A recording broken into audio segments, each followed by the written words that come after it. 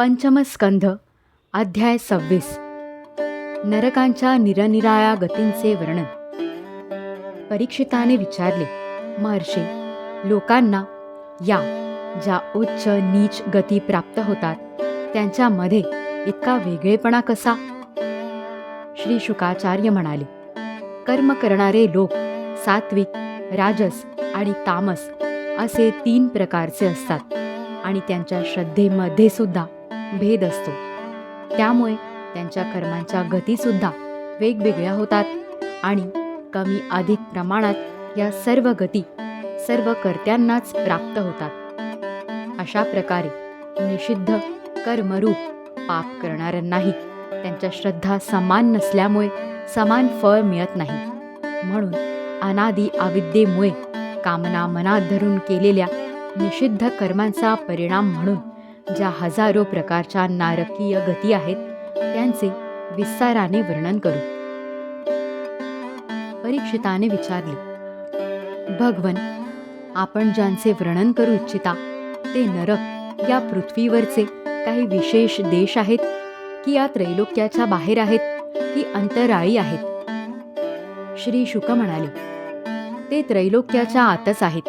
तसेच दक्षिणेकडे पृथ्वीच्या खाली पाण्याच्या वर आहेत. याच दिशेला अग्निश्वात्त इत्यादी पितृगण राहतात. ते अत्यंत एकाग्रतापूर्वक आपल्या वंशजांसाठी मंगल कामना करतात.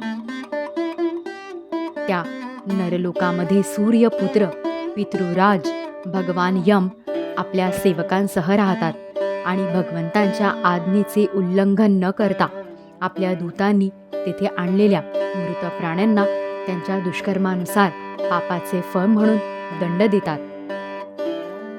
राजा, काही जण नरकांची संख्या 21 आहे असे सांगतात. आता आम्ही नाम, रूप आणि लक्षणांनुसार त्यांचे क्रमशः वर्णन करीत आहोत. त्यांची नावे अशी: तामिस्त्र, अंधतामिस्त्र, रौरव, महारौरव, कुंभीपाक, कालसूत्र, असिपत्रवन, सुकरमुख, अंधकूप, कृमिभोजन, सदंश, तप्तसूर्मी, वज्रकंटक शाल्मली, वैतरणी, पुयोद, प्राणरोध, विशसन, लालाभक्ष, सारमेयादन, अविची आणि अयप्पान यांखेरीज क्षारकर्दम, रक्षोगण भोजन, शूलप्रोत, दंदशूक, अवट निरोधन, पर्यावर्तन आणि सूचिमुख हे 7 मिळून एकूण 28 नरक निरनिराळ्या यातना भोगण्याची स्थाने आहेत. जो पुरुष दुसऱ्यांचे धन, संतान किंवा स्त्रियांचे अपहरण करतो त्याला अत्यंत भयानक यमदूत कालपाशात बांधून बळजबरीने तामिस्त्र नरकात ढकलतात. त्या अंधकारमय नरकात त्याला अन्न पाणी न देणे, दंडुके मारणे, भीती दाखवणे इत्यादी अनेक प्रकारच्या उपायांनी पीडा दिल्या जातात. यामुळे अत्यंत दुःखी होऊन तो एकाएकी मूर्छित होतो. याचप्रमाणे जो मनुष्य दुसऱ्याला फसवून त्याची स्त्री इत्यादींचा उपभोग घेतो तो अंध तामिस्त्र नरकात पडतो. तेथील यातनांमध्ये सापडून मुळापासून उपटलेल्या झाडाप्रमाणे वेदनांमुळे त्याची शुद्ध हरपते आणि त्याला काहीच सुचत नाही. म्हणूनच या नरकाला अंध तामिस्त्र असे म्हणतात. या लोकामध्ये जो पुरुष हे शरीरच मी आहे आणि हे स्त्री, धन इत्यादी माझेच आहेत असे समजून दुसऱ्या प्राण्यांचा द्वेष करून नेहमी आपल्या कुटुंबाच्या पालन पोषणातच व्यग्र असतो, तो आपले शरीर सोडल्यानंतर आपण केलेल्या पापामुळे स्वतःच रौरव नरकात जाऊन पडतो. या लोकात ज्याने ज्या जीवांना ज्या प्रकारे कष्ट दिले असतील, परलोकात यमयातना भोगण्याची वेळ आल्यावर ते जीव रुरू होऊन त्याला त्याच प्रकारचे कष्ट देतात. म्हणून या नरकाचे नाव रौरव असे आहे. रुरू हे सापापेक्षाही अधिक क्रूर स्वभावाच्या एका प्रकारच्या जीवाचे नाव आहे. असाच महारौरव नरक आहे, जो दुसऱ्या कोणाचीही पर्वा न करता केवळ आपल्या शरीराचेच पालन पोषण करतो तो या नरकात जातो. कच्चे मांस खाणारे रुरू त्याला या मांसाच्या लोभाने फाडून खातात. जो क्रूर माणूस या लोकी आपले पोट भरण्यासाठी जिवंत पशु किंवा पक्षी शिजवितो, त्या हृदयशून्य राक्षसांपेक्षाही क्रूर माणसाला यमदूत कुंभीपाक नरकात घेऊन जाऊन उकळत्या तेलात शिजवितात. जो मनुष्य या लोकी मातापिता, ब्राह्मण आणि वेद यांना विरोध करतो, त्याला यमदूत कालसूत्र नरकात घेऊन जातात. याचा घेर 10,000 योजने आहे. येथे जे तापलेले तांब्याचे मैदान आहे, तेथे वरून सूर्य आणि खालून अग्नीच्या दाहाने ते भयंकर तापलेले असते. तेथे पोहोचलेला पापी जीव तहानभुकेने व्याकुळ होऊन जातो आणि त्याचे शरीर आतून बाहेरून जळू लागते. तो इतका बेचैन होतो की कधी कधी बसतो, कधी झोपतो, कधी तडफडू लागतो, कधी उभा राहतो, तर कधी इकडे तिकडे धावतो. अशा प्रकारे पशूच्या शरीरामध्ये जितके रोम असतात तितकी 1000 वर्षेंपर्यंत त्याची अशी दुर्गती होत राहते. जो पुरुष कोणत्याही प्रकारची आपत्ती आलेली नसतानाही आपला वैदिक मार्ग सोडून अन्य नास्तिक धर्म स्वीकारतो, त्याला यमदूत असे पत्रवन नरकात घेऊन जाऊन चाबकाने मारतात. जेव्हा मारापासून बचाव करण्यासाठी तो इकडे तिकडे धावू लागतो, तेव्हा त्याच्या सर्व अंगांचे ताडाच्या झाडाच्या तलवारीप्रमाणे दोन्ही बाजूला धार असलेल्या तीक्ष्ण धारेच्या पानांनी तुकडे तुकडे होऊ लागतात.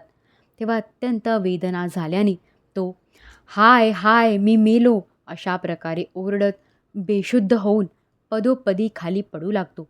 आपला धर्म सोडून नास्तिक मार्गाने जाण्याने त्याला अशा प्रकारे आपल्या कुकर्माचे फळ भोगावे लागते. या लोकात जो पुरुष राजा किंवा राजाचा सेवक असून एखाद्या निरपराध मनुष्याला दंड देतो किंवा ब्राह्मणाला शरीर दंड देतो, तो महापापी मेल्यानंतर सुकरमुख नरकात जाऊन पडतो. तेथे जेव्हा महाबलवान यमदूत त्याचे अंग घुसळतात, तेव्हा तो चरकात घातलेल्या उसाप्रमाणे चिरडला जातो. तेव्हा तो ज्याप्रमाणे या लोकी त्याने सतावलेले निरपराध प्राणी रडत ओरडत होते, त्याप्रमाणे कधी आर्त स्वराने ओरडतो आणि कधी मूर्छित पडतो. जो मनुष्य या लोकी ढेकूण इत्यादी जीवांची हिंसा करतो, त्यांना पीडा दिल्यामुळे तो अंधकूप नरकात जाऊन पडतो. कारण स्वतः ईश्वरानेच दुसऱ्यांचे रक्त पिणे इत्यादी ही त्यांची उपजीविका बनविली आहे आणि त्यामुळे आपण दुसऱ्यांना कष्ट देतो याचे त्यांना ज्ञानही नसते. परंतु मनुष्याची उपजीविका भगवंतांनी विधी निषेधपूर्वक बनविली आहे आणि दुसऱ्याला होणाऱ्या कष्टाचे त्याला ज्ञानही आहे. तेथे ते पशु, मृग, पक्षी, साप इत्यादी सरपटणारे प्राणी, डास, उवा, ढेकूण, माशा इत्यादी त्याने त्रास दिलेले जीव त्याला सर्व बाजूंनी चावतात. त्यामुळे त्याची झोप आणि शांती भंग होते आणि सुरक्षित अन्य ठिकाण न मिळाल्यामुळे सुद्धा तो बेचैन होऊन त्या घोर अंधकारात अशा प्रकारे भटकत राहतो की जसा रोगग्रस्त शरीरात जीव तडफड करतो. जो मनुष्य या लोकी पंचयज्ञ केल्याखेरीज तसेच जे काही मिळेल ते दुसऱ्या कोणाला दिल्याखेरीज स्वतःच खातो, त्याला कावळ्या समान मानले गेले आहे. तो परलोकी कृमीभोजन नावाच्या निकृष्ट नरकात जाऊन पडतो. तेथे 1,00,000 योजने लांब रुंद असे एक किड्यांचे कुंड आहे. त्यात यालाही किडा बनून राहावे लागते आणि जोपर्यंत आपल्या पापांचे प्रायश्चित्त न घेणाऱ्या त्या पापी माणसाच्या दुसऱ्याला खाणे दिल्याखेरीज आणि हवन न करता खाणे या दोषांचे चांगल्या तऱ्हेने निवारण होत नाही, तोपर्यंत तो तिथेच पडल्या पडल्या कष्ट भोगीत राहतो. तेथे किडे त्याला टोचे मारतात आणि हा किडे खातो. हे राजा, या लोकी जी व्यक्ती चोरी किंवा बळजबरी करून ब्राह्मणाच्या किंवा आपत्ती आलेली नसतानाही दुसऱ्या कोणाच्या सोन्याची किंवा रत्ने इत्यादीची चोरी करते, तिला मेल्यानंतर यमदूत सदंश नावाच्या नरकात घेऊन जाऊन तापलेल्या लोखंडाच्या गोळ्यांनी डाग देतात आणि चिमट्यांनी कातडी उपटतात.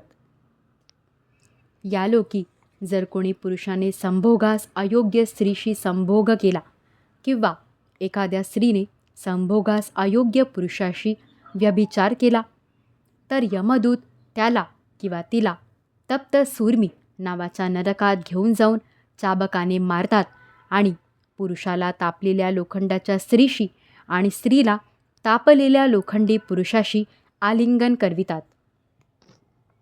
या लोकात जो पुरुष पशु इत्यादी सर्वांच्या बरोबर संभोग करतो, त्याला मृत्यूनंतर यमदूत वज्रकंटक शाल्मली नरकात टाकतात आणि वज्राप्रमाणे कठीण काटे असणाऱ्या सावरीच्या झाडावर चढवून पुन्हा खाली ओढतात.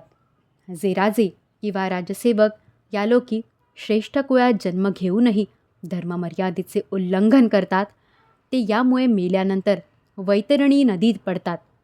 ही नदी नरकाचा खंदक समजली जाते.